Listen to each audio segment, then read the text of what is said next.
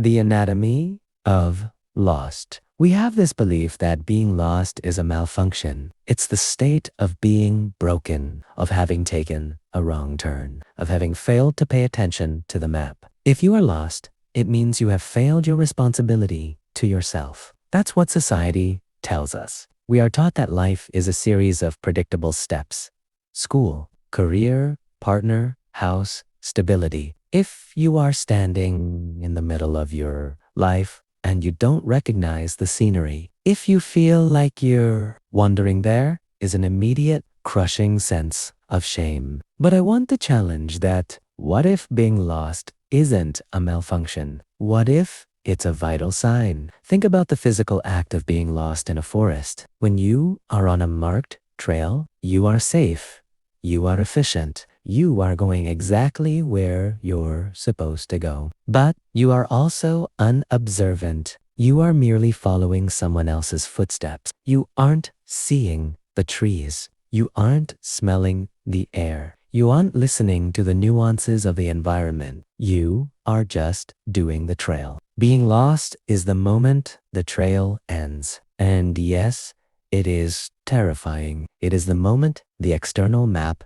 fails, and you are forced to look at the terrain itself. You are forced to look at the horizon. For the last few years, I've been obsessed with this idea that our confusion is actually our wisdom trying to surface. We feel lost because we've reached the edge of the version of ourselves that we were sold. The lost feeling isn't a lack of direction. It's an abundance of potential that you haven't yet learned how to house. You aren't lost because you don't know where to go. You are lost because you have outgrown the cage you've been living in, and you are terrified of the sky.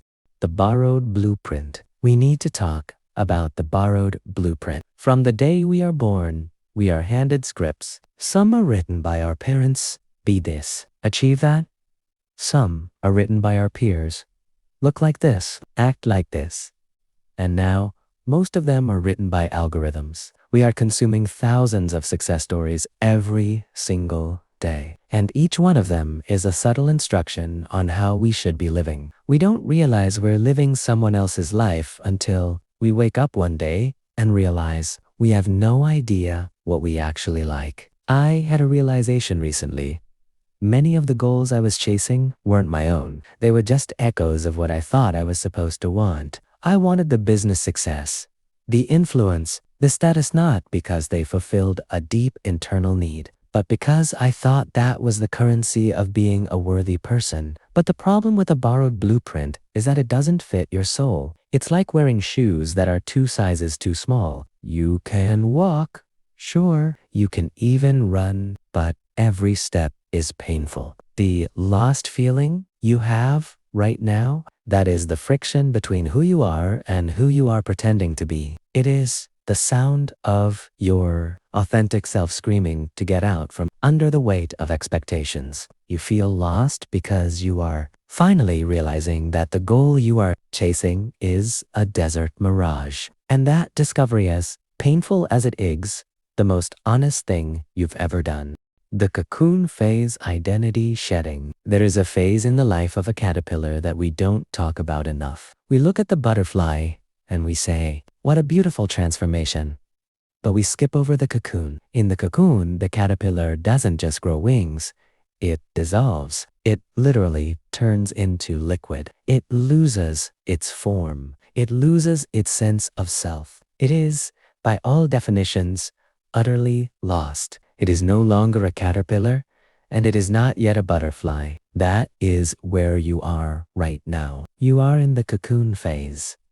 You are shedding a skin, an identity, a job, a relationship, or a mindset that no longer fits. And the sensation of losing yourself is scary because you are confusing the shedding of your old self with the destruction of your value. You aren't disappearing. You are undergoing a metamorphosis. When you feel this profound sense of being lost, Please stop trying to fix it with more productivity. Stop trying to solve your existential dread by signing up for another course or setting a new goal. You cannot think your way out of a metamorphosis. You have to endure it. You have to learn to sit in the dark, in the liquid state, and trust that the form you are meant to take is already written into your DNA.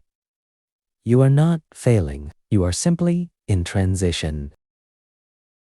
The data exhaustion, the paradox of choice. We are the first generation in human history to have access to every possible life path, and it is killing us. It is the paradox of choice. When you have 10 options, you can pick one. When you have 10,000 options, you pick none because you are paralyzed by the fear that the other 9,999 options might have been better. We are drowning in data, but we are starving for wisdom. You feel lost because you have too much input. You are consuming content on how to be happy, how to be fit, how to be rich, how to be spiritual, all at the same time. You are trying to synthesize a dozen different gurus into a single life, and the result is a fractured, dissonant mess. You don't need more how-to guides. You don't need another hack. You need to delete. You need to strip away. Feeling lost is often just a symptom of information overload. You have so many voices in your head